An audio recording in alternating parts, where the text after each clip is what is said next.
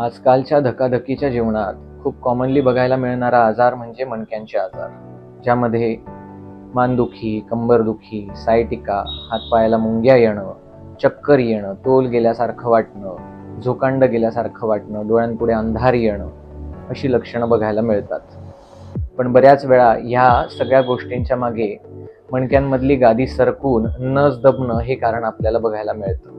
आपल्या मणक्यांमध्ये कुठल्याही दोन मणक्यांमध्ये मऊ अशी एक गादी असते आणि त्या गादीच्या पाठीमागच्या बाजूने ज्या नर्व्हज निघत असतात, ती गादी सरकल्या कारणानं, ती नस दबल्या कारणानं, मग मानेमध्ये जर नस दबत असेल तर मानेशी संबंधित लक्षणं, हाताशी संबंधित लक्षणं बघायला मिळतात. आणि कंबरेमध्ये जर गादी सरकून नस दबत असेल तर कंबरेशी संबंधित आणि पायाशी संबंधित लक्षणं बघायला मिळतात. जसं मानदुखी, हाताला मुंग्या येणं, चक्कर येणं, तोल गेल्यासारखं वाटणं ही लक्षणं मानेशी संबंधित बघायला मिळतात.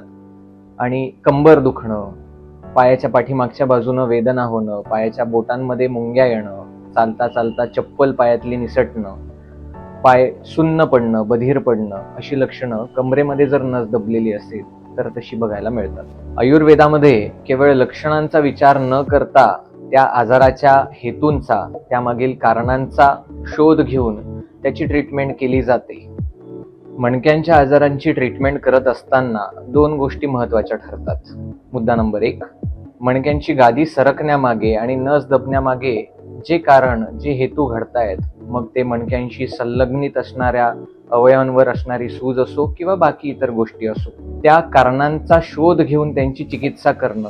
आणि मुद्दा नंबर 2, जी नस दबलेली आहे ती मोकळी करणं, जेणेकरून नस मोकळी झाल्यानंतरचा जो त्रास आहे त्यापासून आपल्याला मुक्तता मिळू शकते. मणक्यांमध्ये दबलेली नस मोकळी करण्यासाठी आयुर्वेदामध्ये ज्या 2 महत्त्वाच्या चिकित्सा पद्धती वर्णन केलेल्या आहेत त्याबद्दल आपण माहिती घेऊ. विद्धकर्म आणि अग्निकर्म. आपल्या शरीरात 108 प्रकारची मर्म असतात. मर्म म्हणजे ज्या ठिकाणी वेगवेगळ्या अवयवांचं कंट्रोल असतं.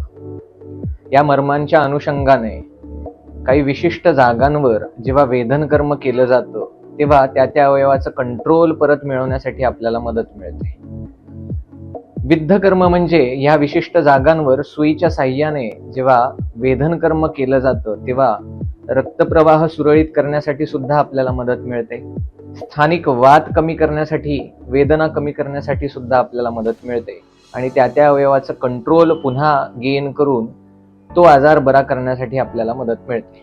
वेदना या मुख्यत्वे 2 कारणांनी बघायला मिळतात.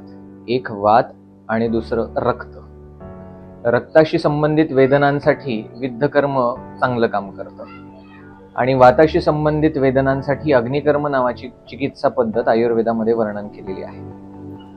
अग्निकर्म म्हणजे मर्मांशी संबंधित ज्याप्रमाणे विद्धकर्म आपण करतो त्याच ठिकाणी शलाकेच्या साह्याने माइल्ड असा शेक दिला जातो. मणक्यांशी संबंधित आजारांमध्ये मुख्यत्वे सुवर्ण शलाकेचा वापर आपण करतो. त्याप्रमाणेच इतर आजारांमध्ये, मग सांध्यांच्या काही विकारांमध्ये मृत्तिका शलाका, रजत शलाका, ताम्र शलाका, पंचधातू शलाका किंवा लोह शलाका यांचा वापर आपण करतो. मणक्यांच्या विकारांमध्ये सुवर्ण शलाकेचा वापर करून जेव्हा आपण अग्निकर्म ही चिकित्सा करतो तेव्हा त्या ठिकाणची दबलेली नस मोकळी व्हायला आपल्याला मदत मिळते. आयुर्वेदामध्ये हजारो वर्षांपूर्वी वर्णन केलेल्या विद्धकर्म आणि अग्निकर्म या चिकित्सा पद्धती आजही अनेक वातविकार, सांध्यांचे आजार, मणक्यांचे आजार, वेदना कमी करण्यासाठी संजीवनी वरदान ठरत आहेत.